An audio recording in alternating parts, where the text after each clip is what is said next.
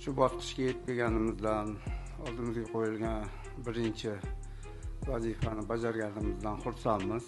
Ertaga oldimizda turgan maqsadlarimizga erishish yo'lidagi eng muhim o'yin Xitoy jamoasi bilan tiklanish jarayonlarini yaxshi o'tkazib, o'yinlarni tahlil qilib, raqib jamoasini o'rganib, o'yinga tayyorgarlik ko'rdik va o'ylaymanki, jamoamiz o'yinga tayyor.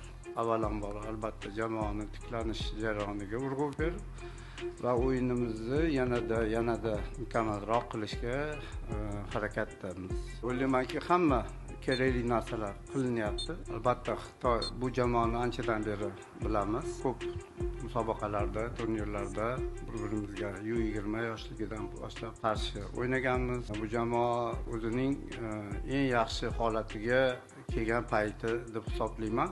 Juda yaxshi avlod va murabbiylar shtabi anchadan beri birga ishlashyapti. O'yin uslubini singdirishgan juda tartibli, intizomli, hurmatga sazovor jamoa hozir. Biz ham shunga yarasha tayyorgarlik ko'ryapmiz.